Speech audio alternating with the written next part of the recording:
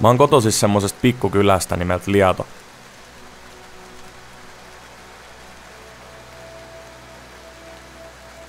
Mä oon nyt 21-vuotias ja mä asun siellä ekat 18 vuotta mun elämästä. Mä oon ollut omasta mielestäni semmoista hauskuutta ja viihdyttäjä tyyppiä, mut mun silloin se ylipainon takia mä en oikein uskaltanut, mä en oikein päässyt toteuttaa sitä.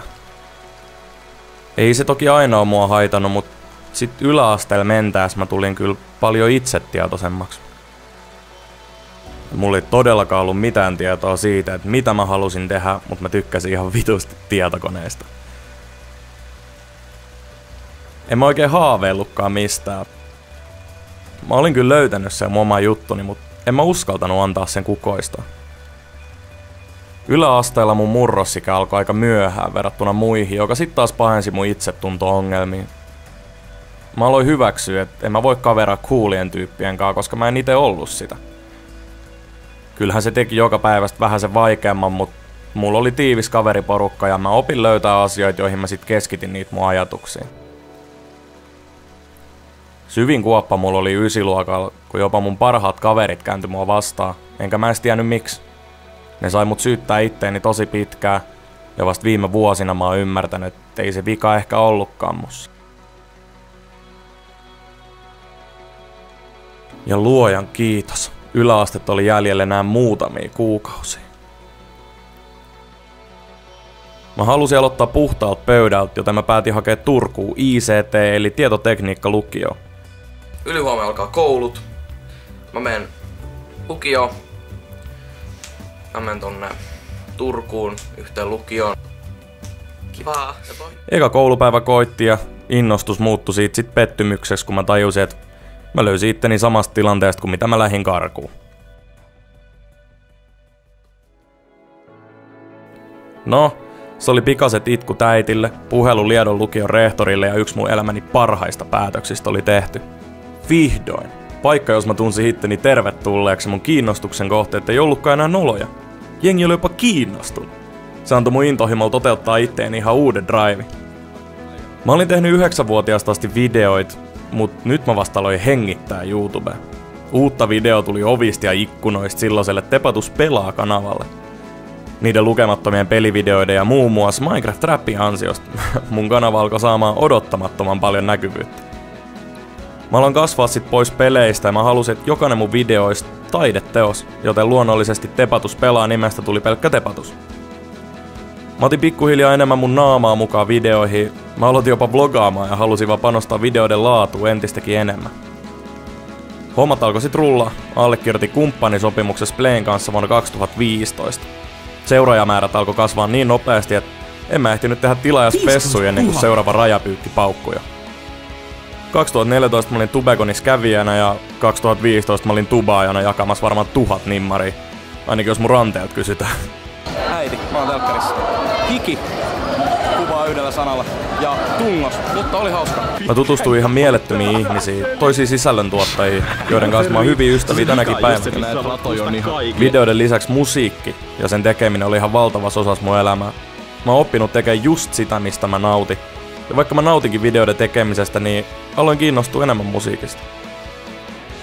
Vaikka mun aikaisemmat peliräpit oli mun kanavan katsotumpia videoita, niin tube-artistiksi leimaantuminen pelotti mua.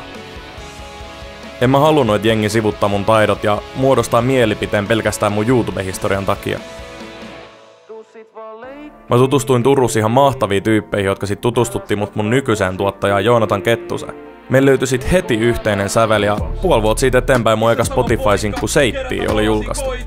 Mä muistan, kun mä heräsin aamulla ilman mitään odotuksia ja avasin spottari.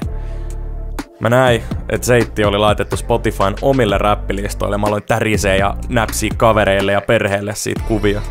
Se fiilis oli ihan uskomaton.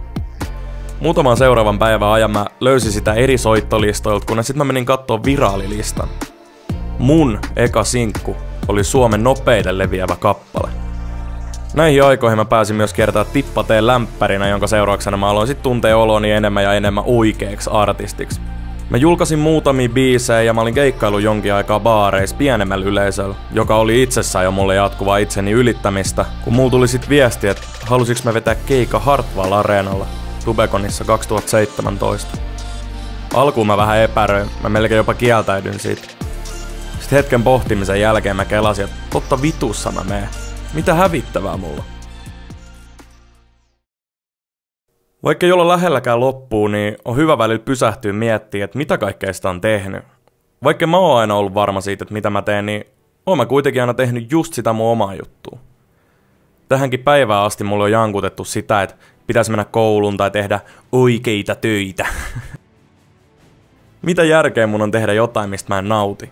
Elostas kuitenkin ollaan ja porskutetaan unelmia kohti, niin mikä on pahinta, mitä voisi tapahtua? Mieluummin mä kuolen hymyhuulilla kuin 1 000 000 lompakossa. Tällä hetkellä mulla on ollut luova tauko YouTubesta, koska mä oon ollut niin uppoutunut musiikkiin ja mä osasin keskittyä vaan siihen. Vaikka musiikkihommat rullaa vieläkin yhtä kovaa ja nauhoitetaan uutta koko ajan, niin mä tajusin, että mä pystyn panostamaan molempia samaan aikaan. Nyt mä haluankin alkaa tekemään taas YouTube-videoita niin kuin ennen. On ollut ihan järkyttävä kaipuu takaisin siihen hommaan, ja mä oon ihan älyttömän kiitollinen siitä, että on 10 000 ihmisiä, jotka mua sinne myös odottaa. Ihan kuin avais kotioven pitkän reissun jälkeen.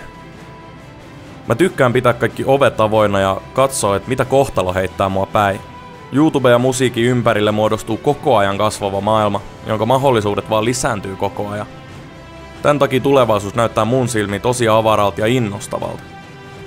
Jos mä tämän matkan aikana on jotain oppinut, niin sen, että maailmassa on niin paljon muutakin kuin se, mitä sun opo käskee yläasteen jälkeen tehdä. Enkä nyt tietenkään tarkoita, että kenenkään pitäisi dropata koulusta yläasteen jälkeen, vaan et tiedostakaa, millaisessa maailmassa me nykyään eletään. Se laatikko on aika ahdas ja ainakin mun kohdalla suuri osa mahdollisuuksista oli täysin se ulkopuolella.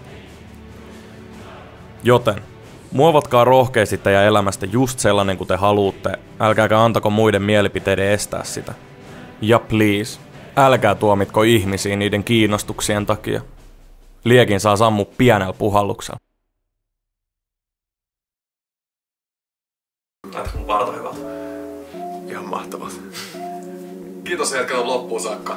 On ollut aika mahtavat pari viikkoa olla luotu tätä dokumenttia, voisi sanoa, tai lyhyt dokumenttia. Kyllä. Toivottavasti tykkäsitte ja saitte jotain irti. Ja niin kuin aina, niin jos koette, että joku muu voisi saada tästä jotain irti sun frendeistä, niin lähettäkää ihan rohkeasti vaikka linkkiin WhatsAppissa tai jotain, niin autetaan frendiä yhdessä, eiks vaan? Kyllä. Mitä sä oot digannut tästä koko projektista? No on ollut kyllä tosi mielenkiintoinen projekti silleen, että tosi paljon on kuvannut itse omia videoita, mutta sit harvemmin kukaan kuvannut musta jotain videota. Niin se on ollut taas ihan erilainen kokemus. Se on ollut kyllä tosi hauska. Hyvä. Jos tykkäsit tästä, niin anna peukkuu ja tilaa mun kanava, niin mä tiedän tehdä näitä jatkossakin enemmän. Ja nähdään sitten ensi videossa. Kiitos. Morje morje!